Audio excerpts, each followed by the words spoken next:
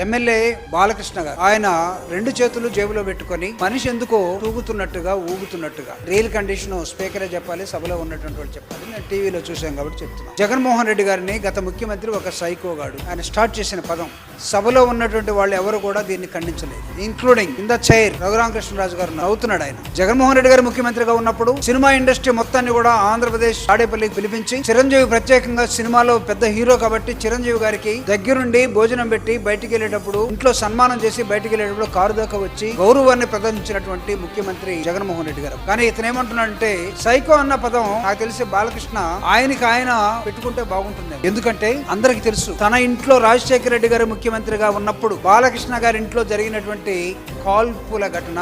ఒక పెద్ద సినిమా నిర్మాత నాకు తెలిసి బెల్లంకొండ సురేష్ అనుకుంటాను, చాలా కాలం హాస్పిటల్లో ఉన్నాడు. బాలకృష్ణ షూట్ చేస్తే పాపం ప్రాణాపాయం నుంచి బయటకు వచ్చాడు. సొంత జ్యోతిష్కుడు సత్యనారాయణ గారు అనుకుంటాను, ఆయన పరిస్థితి కూడా అదే. రాజశేఖర రెడ్డి గారు మానవతావాది కాబట్టి ఎన్టీఆర్ కుటుంబం మొత్తం వచ్చి రాజశేఖర రెడ్డి గారి కాళ్ళ మీద పడితే ఆ రోజు పురంధరేశ్వరి గారు ఆ రోజు నీ కండిషన్ ఏంటి, నిన్ను తప్పించడం కోసం నీ మెంటల్ పరిస్థితి సరిగా లేదని నువ్వు ఒక మెంటల్ సర్టిఫికేట్ తెచ్చుకొని, ఆ సర్టిఫికేట్ ఇచ్చిన వాళ్ళ పేర్లు కూడా నేను ఇప్పుడు చెప్పదలుచుకోలేదు, నా దగ్గర ఉంది. తనకు మెంటల్ స్టెబిలిటీ లేదని ఇతనికి కాస్త మెంటల్ ఉందని ఒక సర్టిఫికేట్ తెచ్చుకొని బయటపడిపోయావు.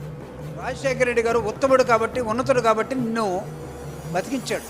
రాజశేఖర రెడ్డి గారి ఫోటో ఇంట్లో పెట్టుకుని దండం పెట్టాడు. ఆయన కొడుకుని జగన్మోహన్ రెడ్డి గారిని సైకో అంటే పిచ్చి పిచ్చిగా మాట్లాడితే ఒళ్ళు నోరు దగ్గర పెట్టుకుని మాట్లాడమని హెచ్చరిస్తా ఉన్నాను.